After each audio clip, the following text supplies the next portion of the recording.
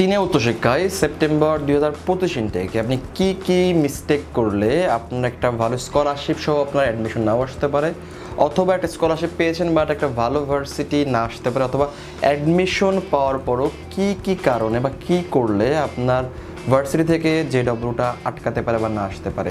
যদি আপনি এগুলো জেনে থাকেন তো ভালো, যদি না জেনে থাকেন তো ভিডিওটা আপনার জন্য খুব বেশি গুরুত্বপূর্ণ বা ইম্পর্টেন্ট হতে যাচ্ছে। প্রথমে জানতে হবে যে মিস্টেকগুলো কী, আসলে আমরা কী কমন মিস্টেক করি একটা স্টুডেন্ট হিসাবে। দেখেন, আমরা যখন অ্যাডমিশন জন্য আমরা আগ্রহী হই চায়নাতে, তো আমরা একটু সার্চ করি যে ভার্সিটিগুলো আমরা একটু সার্চ করি এবং চেষ্টা করি সবাই নিজে কাজ করার।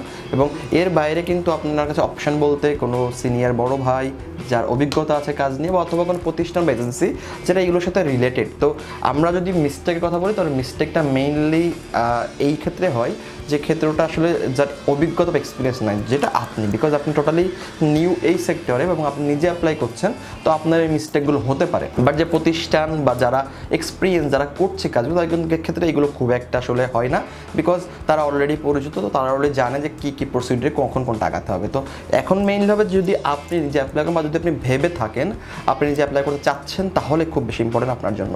তো সেক্ষেত্রে প্রথম মিস্টেক আমরা করে ফেলি, আমরা খুব বড় ভার্সিটি আমরা সিলেকশন করি।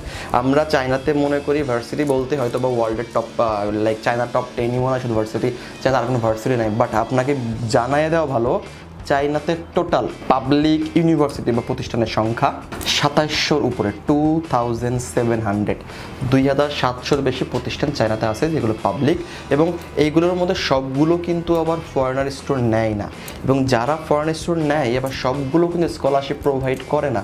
দ্যাট মিনস আপনাকে সিলেক্টিভ হতে হবে, এবং আপনার পক্ষে এটা জানা খুব বেশি টাফ যে কোনটাতে স্কলারশিপ আছে, কোনটাতে ইংলিশ থট আছে, কোনটাতে ফরেনার স্টুডেন্ট নিচ্ছে। বিকজ চায়না খুব একটা ওয়েবসাইট বেস না, খুব একটা গুগলের সাথে কানেক্টেড না যে ওরা ওয়েবসাইট করবে আপনি খুব একটা সহজে ঢুকে দেখে ফেলবেন।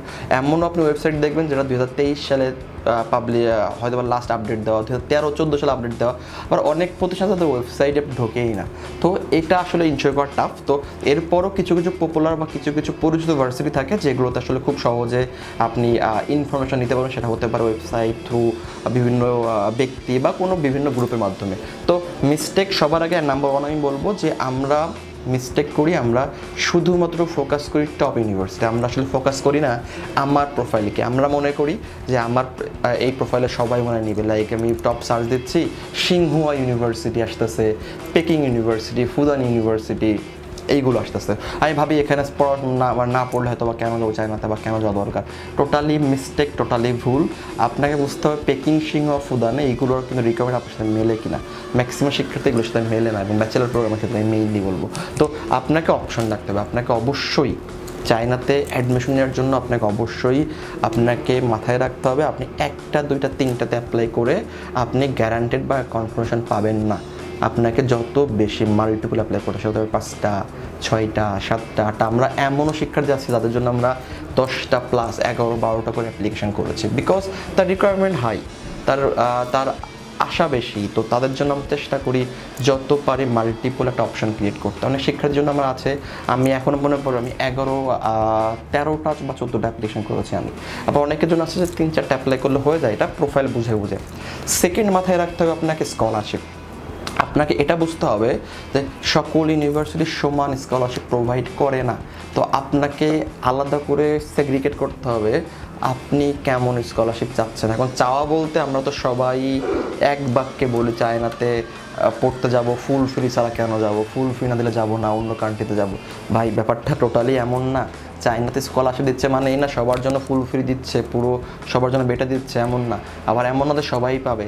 আবার সব থেকে বড় উত্তর হওয়া উচিত আমি কোনটা রাখতে পারবো, বিকজ স্কলারশিপের আড়ালে সব থেকে বড় প্রশ্ন এটা কয় বছরের। আমরা মনে করি স্কলারশিপ মানেই হয়তো কোর্স ডিউরেশন, স্কলারশিপ মানে হয়তো বা 4 বছর 3 বছর বা 2 বছর, যেটাই হোক না কেন। বাট এটা আপনাকে বুঝতে হবে scholarship is just for first year, প্রথম বছর স্কলারশিপ।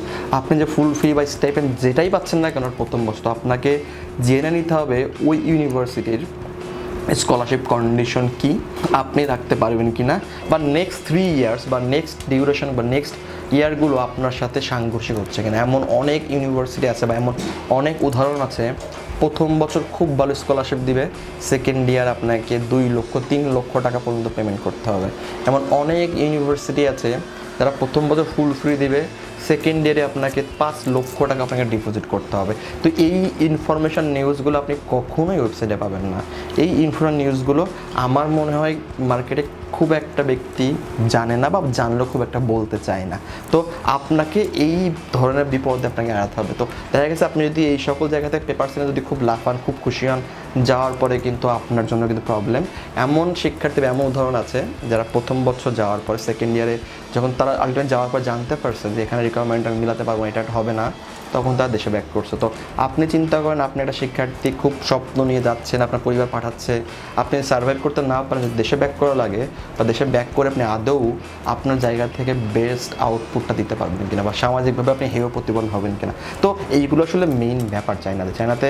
যেমন আপনাকে প্রথমে ভার্সিটি আপনাকে বেশি বেশি সিলেক্ট করতে হবে, নাম্বার 1। সেকেন্ড হলো কি, বুঝতে হবে যে আমি কোন স্কলারশিপ রাখতে পারবো। শুধু আমাদের মতো ব্যক্তির উড়ো কথায় কান দিলে আসলে হবে না, বিকজ অ্যাকচুয়াল রিয়ালিটি বা পিকচারটা কিন্তু সামনে যাওয়ার পরে আপনি কিন্তু বুঝতে পারবেন যে আসলে কী করতে যাচ্ছে। থার্ড যদি বলি, আপনার যদি অ্যাডমিশন চলেও আসে, তাহলে আপনাকে এখন চিন্তা করতে হবে যে আপনি কোনটাতে যাবেন, এবং সেখানে যে রিকোয়ারমেন্ট, কিছু কিছু ভার্সিটি আছে যে ইন্টারভিউ নেবে, কিছু কিছু ভার্সিটি আছে একটা ডিপোজিট পেমেন্ট করতে হবে, কিছু কিছু ভার্সিটি আছে একটা অ্যাপ্লিকেশন ফিস পেমেন্ট করতে হবে। যদি আপনি এই রুলসটা না মানেন, তাহলে কিন্তু অ্যাডমিশন আসার পরে ওটা কিন্তু রিজেক্ট হয়ে যাবে। আমাদের অনেক শিক্ষার্থী, যেমন একটা শিক্ষার্থী তার 6 জায়গা থেকে অ্যাডমিশন আসছে, বাট সে কিন্তু অপশান একটা চুজ করেছে। তো আপনি যখন সব আসবে সমগ্রভাবে, তখন আপনি একটা চুজ করুন। অথবা এমন হয়েছে একটা শিক্ষার্থীর যে একটা জায়গাতে আসছে, ওখানে একটা পেমেন্ট আছে হয়তো 800 RMB, সে সেটা করে রেখেছে এবং আরও সে ওয়েট করছে ভালো কিছুর আশায়, ওখান থেকে চলে আসবে, দেন সে ওখানে যাবে। এইভাবে আপনাকে অপরচুনিটি অপশান ক্রিয়েট করলে আপনার জন্য সুবিধা।